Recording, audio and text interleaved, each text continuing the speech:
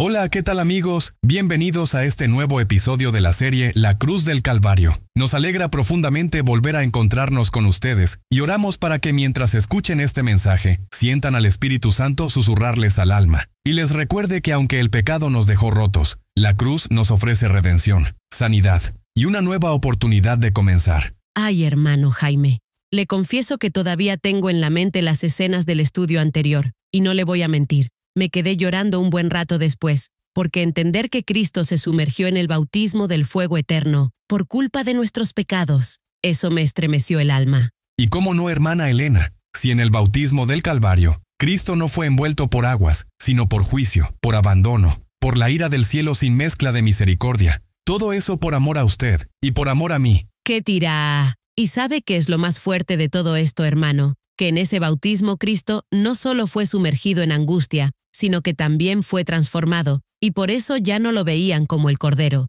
sino como la serpiente misma. ¡Ay, mi madre! Eso sí que es fuerte, Elena. Pero tristemente así fue, porque en la cruz, Cristo fue hecho pecado por nosotros, y al cargar nuestras iniquidades, se convirtió en el símbolo pecaminoso más despreciable del universo. Y eso explica por qué este nuevo estudio se llama La Cruz y la Serpiente, porque vamos a analizar otro contexto del misterio de la redención, que es de suprema importancia para la salvación, hermano Jaime. Eso es muy cierto. Por eso hoy no venimos a hablar de religión ni de tradición. Más bien venimos a mirar a Cristo desfigurado, desnudo, rechazado y tratado como la misma serpiente. Y por eso en KWM Internacional no podemos quedarnos callados, porque si Cristo se hizo pecado para salvarnos, entonces lo menos que nosotros podemos hacer es compartir estos mensajes para que el que tiene oídos para oír, oiga. Amén, hermana. Y con el corazón quebrantado, comencemos esta travesía que nos lleva directo al matadero del Monte Calvario, a mirar lo que realmente ocurrió, cuando Cristo fue levantado como la serpiente y tratado como si fuera el mismo diablo, y cuando se enfrentó cara a cara con el veneno del pecado, y lo venció. Perfecto, mi hermano. Entonces, para empezar, me gustaría que leamos un versículo que me conmovió profundamente, y es el de Isaías capítulo 53, versículo 7, que dice así: Angustiado él y afligido, no abrió su boca. Como cordero fue llevado al matadero, y como oveja delante de sus trasquiladores, enmudeció y no abrió su boca. A ver, hermana, dígame una cosa. ¿Usted sabe por qué razón es que el profeta Isaías se refiere a Cristo en ese texto, como el cordero que fue llevado al matadero? Bueno, mi hermano, lo que pasa es que desde que Cristo tuvo uso de razón, especialmente desde que llegó a los 12 años, él entendió su identidad como el Cordero de Dios. Sabía que había venido a cumplir la voluntad del Padre, que debía de vencer el pecado, y que debía vivir una vida de perfecta obediencia para glorificar el carácter divino ante todo el universo. O sea que desde niño sabía que había venido a este mundo a morir, pero que antes debía de vivir sin pecado y dejar un modelo perfecto para nosotros. Así mismo es. Cristo nunca se desvió, nunca se desenfocó. Vivió como un cordero manso, humilde, lleno del Espíritu, y totalmente sometido a su Padre, hasta que llegó el día señalado, que fue llevado al matadero de la cruz sin abrir su boca, porque sabía que su silencio, su entrega, su mansedumbre, serían la respuesta al veneno de la serpiente y el camino para nuestra salvación. Gloria a Dios en las alturas, por nuestro Señor Jesucristo, el Cordero de Dios. Amén. Aleluya. Gloria al glorioso. Y entonces, mi hermano Jaime, ¿cuál será la razón por la que cuando el apóstol Juan presenta a Cristo en el Apocalipsis, no le llama el Cordero, sino que lo introduce como el león de la tribu de Judá? Bueno, mi hermana, lo que sucede es que como el león es el rey de la selva, entonces se relaciona más con la enorme victoria que Cristo obtuvo en este mundo, porque lo que Cristo venció, ningún ser humano lo ha vencido jamás. De hecho que venció donde Adán, el hijo directo de Dios, fracasó. Venció donde Moisés, el más manso de la tierra, falló. Venció donde Sansón, el más fuerte, cayó. Venció donde Salomón, el más sabio, tropezó. Y venció donde Abraham, el padre de la fe, se desvió.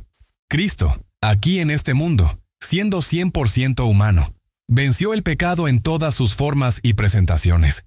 Ay, mi hermano, qué bendición, porque ahora sí entiendo el texto de Apocalipsis, capítulo 5, versículo 5, cuando dice: Y uno de los ancianos me dijo, no llores.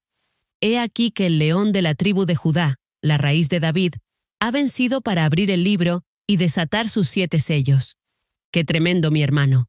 Hasta escalofríos me da todo esto, porque significa entonces que Cristo, el león de la tribu de Judá, rugió en el silencio de la muerte, y la muerte simplemente tuvo que soltarlo. ¡Qué maneras! Ya lo sabe, hermana Elena. Cristo no solo venció la tentación, sino que también venció la presión, venció el rechazo, venció el cansancio, venció la burla, venció la duda, venció el dolor, venció la muerte, y venció al mismo diablo con faja y pantalón. ¡Qué maravilloso es mi Señor! Porque venció la tentación con hambre, con angustia, con soledad. Venció al diablo cara a cara en el desierto. Venció en el Getsemaní bebiéndose la copa amarga. Venció en el Calvario sumergido en el bautismo de juicio. Y venció en la tumba al resucitar al tercer día con poder y autoridad. ¡Qué impresionante! Ese sí que es un león de verdad. Para que lo sepa, mi hermana, Cristo es el único digno, porque fue el único obediente, el único fiel hasta el final, y por eso lleva por derecho el nombre de león de la tribu de Judá. Así mismo es, hermano Jaime. Y ese contraste tan impresionante entre el cordero y el león me lleva a pensar ahora en la serpiente. Me refiero a la serpiente antigua, la que apareció desde el mismo principio, porque este tema trata acerca de la cruz y la serpiente, ¿cierto? ¡Qué excelente conexión has hecho, mi hermana Elena! Porque ciertamente si nosotros leemos Apocalipsis capítulo 12, versículo 9, nos dice allí lo siguiente: y fue lanzado fuera el gran dragón, la serpiente antigua, que se llama Diablo y Satanás, el cual engaña al mundo entero. Fue arrojado a la tierra, y sus ángeles fueron arrojados con él. ¡Ay, mi madre! Entonces, ¿esa serpiente no es cualquier animalito? ¡Oh, no! Más bien es una figura simbólica del enemigo. Mire usted qué clarito está ese texto. Exactamente, hermana, porque cuando la Biblia habla de la serpiente antigua, lo hace para conectarnos con el primer engaño registrado en la historia de la humanidad, el mismo que aparece en Génesis capítulo 3, cuando Eva fue tentada y derrotada en el jardín del Edén. Ok, ya entendí. O sea que desde ese primer pecado hasta hoy, todos los pecados tienen la misma raíz, ¿verdad, hermano? Exactamente, hermana Elena. Todos los pecados que los seres humanos han cometido tienen su origen en las tentaciones provocadas por el diablo, porque la serpiente es símbolo de Satanás, y ese veneno que inyectó en Eva es el mismo que sigue inyectando hasta el día de hoy. Eso sí que está fuerte, hermano Jaime, porque eso significa que cada pecado que cometemos, cada mentira, cada orgullo, cada desobediencia, tiene el mismo ADN que aquella serpiente antigua del Edén.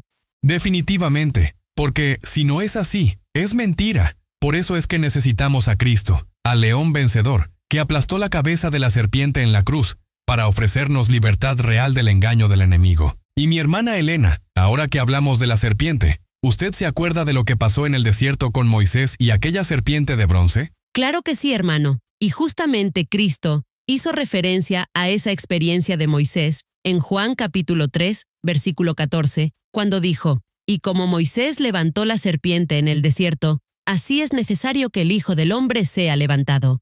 Bueno, mi hermano Jaime, ahora sí que me quedé confundida, porque veníamos hablando de Cristo como el Cordero y como el León, inclusive vimos claramente que la serpiente es símbolo del diablo, y ahora en este texto me da la impresión de que están conectando a Cristo con la serpiente. Entonces, uy no, me está empezando a doler un poco la cabeza, hermano. Ay, mi hermana, tranquila, tenga paz. Vea, le voy a explicar. Lo que sucedió con Cristo es algo tan profundo y tan tremendo que no hay forma de medirlo con palabras humanas. Porque cuando Cristo fue levantado en la cruz del Calvario, ya no estaba representando al Cordero inocente. ¿Cómo así, mi hermano? ¿Usted me quiere engañar? Entonces, si no representaba al Cordero, ¿a quién representaba?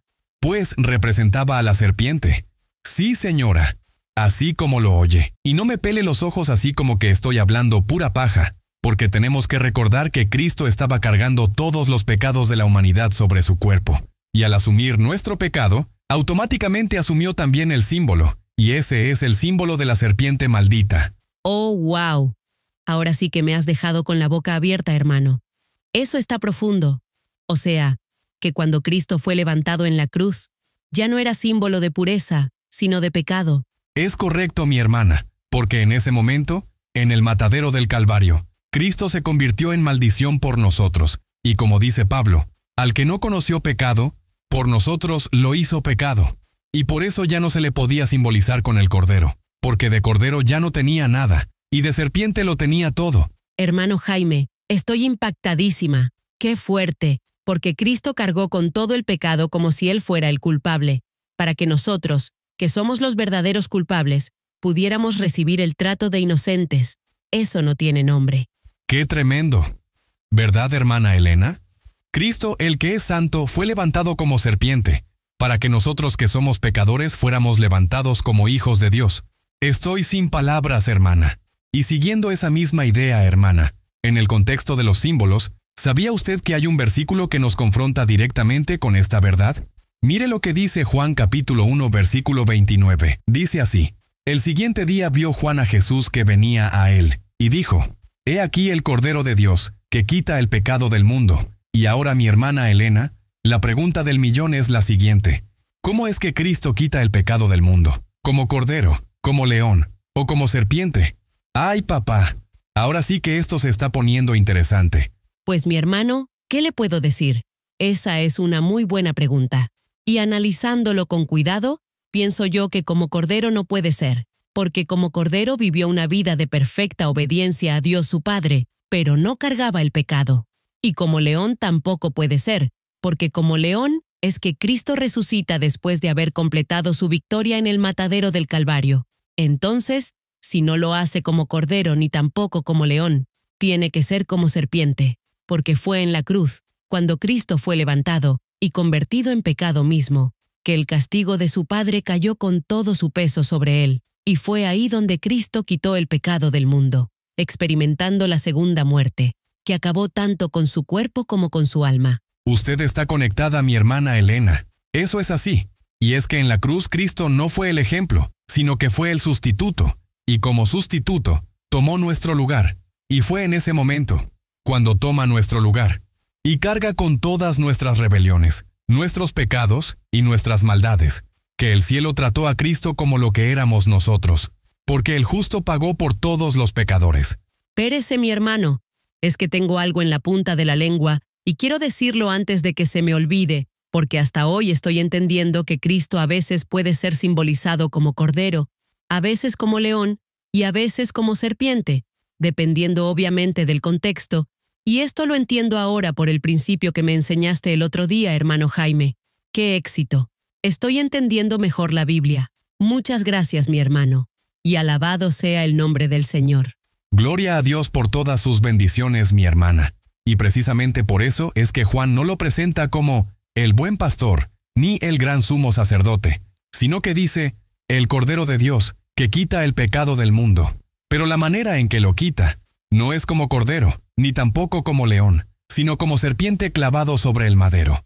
Nombres, mi hermano, no me diga eso, porque pensar que Cristo, el puro, el justo, el inocente, fue tratado como si Él mismo fuera el pecado, solo para que nosotros, los culpables, fuéramos vistos como inocentes delante del cielo. Eso no cabe en mi mente, pero le pido a Dios que me ayude a que esto sí entre en mi corazón y provoque en mí un cambio radical para salvación y vida eterna. Que así sea, mi hermana, porque de verdad que necesitamos hacer algo diferente con nuestras vidas, porque en el matadero del Calvario, el pecado fue arrancado del alma humana, porque Cristo lo absorbió en su cuerpo, lo soportó en su alma, y lo venció como serpiente levantada en la cruz. Y todo eso lo hizo por amor, Elena. Ay, mi hermano Jaime, no sé ni qué pensar. Vamos a ver, con todo esto que estamos estudiando, ¿sería correcto si yo digo que Dios el Padre castigó a su propio Hijo, a Cristo, como si fuera el mismo Satanás, y que Cristo tuvo que ser tratado como serpiente para que yo pudiera ser salva? Exactamente, hermana.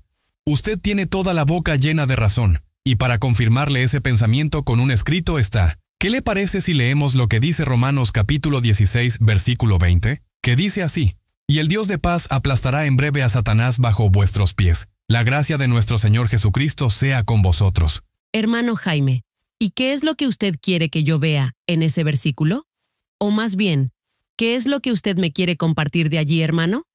Bueno, hermana, lo que quiero que usted vea es que el Padre hizo algo definitivo, porque cuando Cristo estaba colgado en la cruz en calidad de serpiente, ya el Padre no lo veía como su Hijo amado, ni como el Cordero sin mancha, sino como el pecado mismo, como el símbolo del enemigo, como la serpiente que Moisés levantó en el desierto.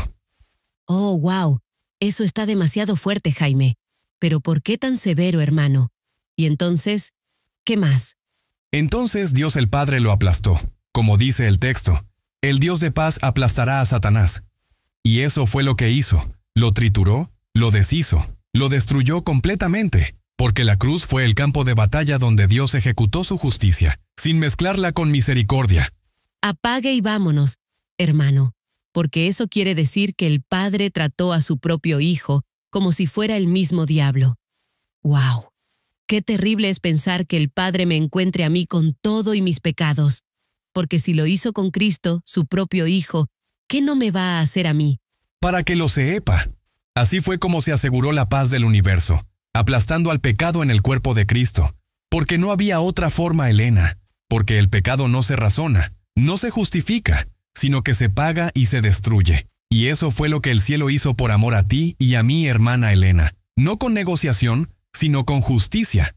Esto es serio, hermano Jaime. Mejor dicho, esto es serio y medio, y a mí nunca nadie me lo había explicado así. Dios mío. Entonces, hermano, todo eso sucedió mientras Cristo colgaba en la cruz, como una miserable serpiente, cargando todos nuestros pecados. Es correcto, hermana. Y hay una señal poderosa, una prueba irrefutable, de que Cristo cargaba con todos nuestros pecados sobre su cuerpo. ¿Usted sabe cuál es, hermana?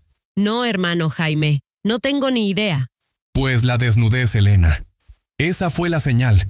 Porque así como el pecado de Adán y Eva los dejó desnudos y avergonzados, los pecados que Cristo cargaba sobre sí, también lo dejaron completamente expuesto, vulnerable, humillado y desnudo delante del mundo y delante del universo entero.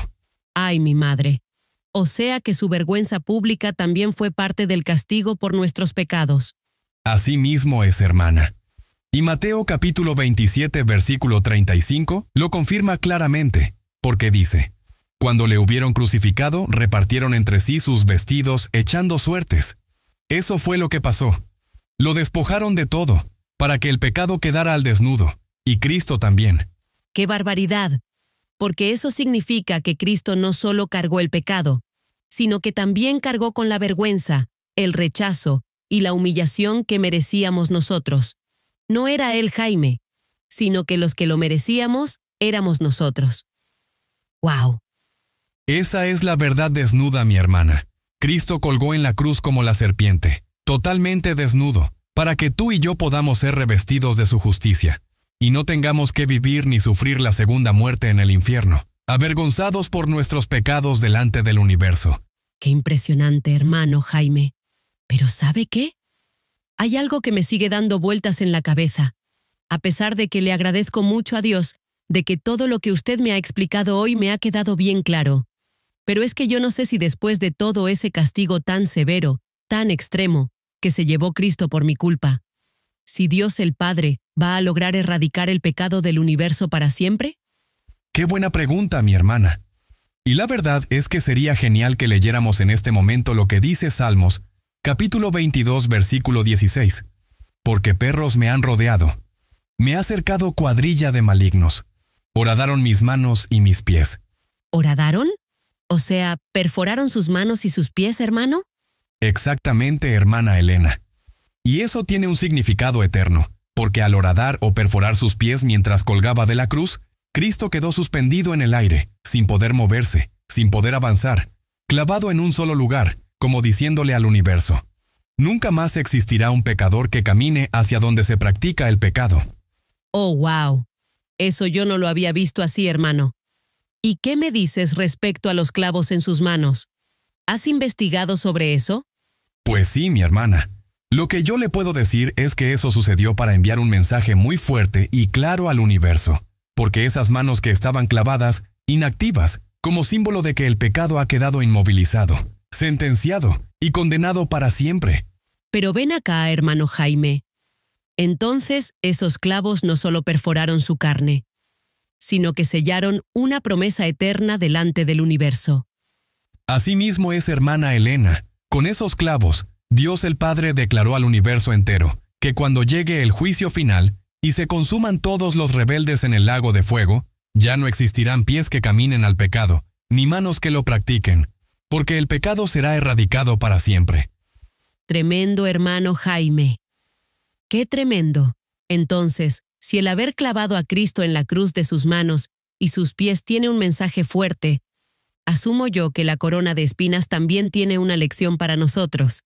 ¿Verdad, hermano Jaime? Claro, mi hermana. Definitivamente que eso tiene una lección importante para nosotros, porque precisamente en ese momento cuando Cristo colgaba en la cruz del Calvario, como la serpiente que quita el pecado del mundo, ni el Padre, ni el cielo, ni la tierra estaban viendo al Rey de Israel, ni al Rey de Gloria, ni mucho menos al Rey de Reyes. Elena, ¿qué le parece si me lees Mateo capítulo 27, versículo 29? Claro, mi hermano. Usted sabe que a mí me gusta participar. Entonces el texto dice así: y pusieron sobre su cabeza una corona tejida de espinas y una caña en su mano derecha. E hincando la rodilla delante de él, le escarnecían diciendo: «Salve, Rey de los judíos». O sea que lo que ellos miraban era al portador del pecado del mundo, al que cargaba sobre sí el peso de nuestras transgresiones, al que representaba el pecado en todas sus formas y presentaciones, y por eso, en lugar de una corona de oro, le colocaron una corona de espinas. ¡Oh, wow! Me puedo morir, Jaime. ¿Qué te puedo decir, hermana Elena? Es que esa corona de espinas no fue un accidente. Fue una declaración simbólica pero directa, porque desde que Adán y Eva pecaron, la tierra comenzó a producir espinas, y esas espinas representan la maldición del pecado. Uy, sí, hermano Jaime. Es cierto, yo me acuerdo de ese detalle que aparece en el Génesis. Nada más que no lo había conectado con la muerte de Cristo. ¡Qué tremendo! O sea que al colocarle esa corona, el mensaje de Dios el Padre era que Cristo estaba cubierto, saturado y embarrado de pies a cabeza en todos nuestros pecados asquerosos. Es correcto, mi hermana. Esa es la puritica y franca verdad.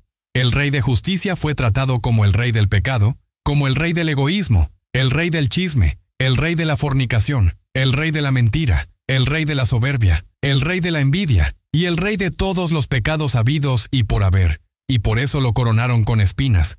No puede ser, Jaime. Eso me deja sin palabras, porque ahora estoy entendiendo que esa corona no fue para adornarlo, sino para humillarlo hasta lo sumo.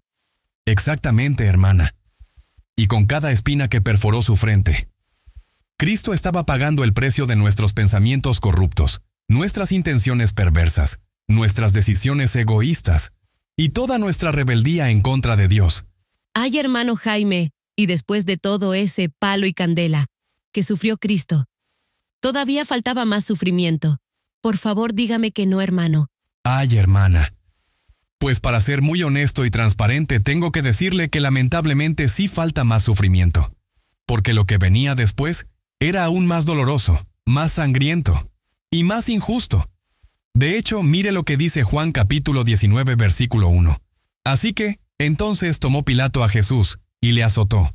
Y entienda muy bien, mi hermana, que ese azote no fue cualquier cosa. No me diga eso, mi hermano. ¡Ay, no! Que Dios nos ayude a cambiar de verdad, aquí y ahora, porque la piñata para Cristo no estuvo nada fácil. Y lo que más me impacta es que todo eso, Cristo lo soportó por amor a nosotros. Pero, hermano Jaime, dígame una cosa. ¿Por qué razón es que la Biblia enseña que por sus llagas fuimos nosotros curados? ¿En qué sentido nos curamos? Esa pregunta me llama mucho la atención, hermana Elena. ¿En serio, mi hermano? Sí, mi hermana, en serio. Y de hecho que la respuesta es muy sencilla pero dolorosa, porque el azote que le propinaron a Cristo no fue un simple castigo físico, fue un acto de brutalidad despiadada. Usaron un látigo con varias correas de cuero endurecido, y en las puntas había pedazos de metal, hueso y vidrio. Cada golpe desgarraba su piel, arrancaba su carne, exponía sus músculos y hasta llegaban al hueso.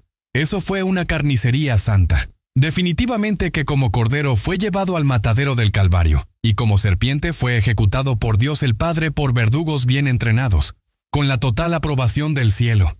¡Ay, Dios mío! ¡Pero qué horror! Definitivamente que eso no fue solo un castigo humano, sino que fue una transfusión de amor divino.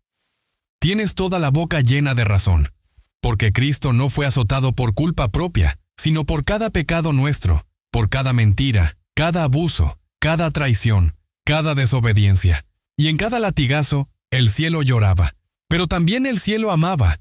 Qué impresionante, mi hermano, porque prácticamente cada herida que le abrieron se convirtió en una fuente de salvación para nosotros. Para que lo sepa, porque mientras su sangre corría, también corría nuestra esperanza, y por eso la Biblia dice que por sus llagas fuimos nosotros curados. Hermano Jaime, muchas gracias por aclararme eso de las llagas de Cristo, y cómo es que nosotros somos curados. Que Dios le bendiga mucho, mi hermano, porque después de la travesía de hoy, yo no sé cómo hay personas que todavía se atreven a vivir como si la cruz fuera un cuento, y como si el pecado no fuera un veneno mortal. Es correcto, hermana Elena, porque hoy quedó clarísimo que en la cruz, Cristo no solo murió, fue aplastado, fue desfigurado, fue tratado como la serpiente misma, y todo eso, para que tú y yo tuviéramos la oportunidad de ser tratados como hijos del Rey. ¡Qué tirá! Eso sí que no tiene nombre, porque mientras Cristo era tratado como culpable, nosotros fuimos declarados inocentes. Bueno, y pensar que todavía hay personas que le juegan sucio al cielo y que siguen acariciando el pecado como si no costara nada. ¡Qué tristeza, hermano! Porque el pecado es algo terrible. Fue tan grave que para arrancarlo del universo, Dios tuvo que sacrificar a su propio Hijo y tratarlo como si fuera el mismo diablo. Y si no es así, es mentira, porque en el Calvario, el Padre no vio a su Hijo, vio la serpiente, vio el pecado encarnado, y lo destruyó sin piedad. Y eso lo cambia todo, mi hermano, porque ahora ya no hay excusas. De hecho que ahora sabemos cuánto cuesta realmente el pecado, y por eso los mensajes como este tienen que compartirse con urgencia. Estoy totalmente de acuerdo con usted, Elena, y por eso en KWM Internacional nos gozamos en el Señor por el privilegio de poder gritarle al mundo por medio de nuestros contenidos que hay poder en el nombre de Jesús para que el más débil pecador pueda vencer el pecado en todas sus formas y presentaciones, porque si no es así, es mentira. Amén, mi hermano. Gloria a Dios por su gran poder, porque Cristo no murió para que juguemos con su gracia, ni mucho menos con su misericordia, sino que murió para que seamos libertados del pecado y seamos más que vencedores en su santo nombre. Y hablando de lo invisible, hermana Elena, en el próximo tema vamos a entrar en un terreno sagrado, profundo, misterioso y absolutamente revelador. Ay, ay, ay. Mire qué bien suena eso, mi hermano. ¿Y cómo se llama el siguiente tema, Jaime? Se llama La cruz y lo invisible. Y créame, hermana Elena, este estudio es de vida o muerte, porque vamos a descubrir que aunque no lo veamos, lo invisible es tan real que lo determina todo. Sepa que estoy bien motivada, mi hermano. Así que Dios primero no me lo pierdo por nada en este mundo, porque si lo invisible es tan poderoso, yo quiero entenderlo con todo mi corazón. Y yo también, hermana, porque si Cristo cargó en silencio mis pecados en la cruz del Calvario, entonces yo quiero vivir en este mundo para la gloria del Dios invisible. Que así sea, mi querido hermano. Y mientras tanto, que Dios le siga bendiciendo y manténgase conectado.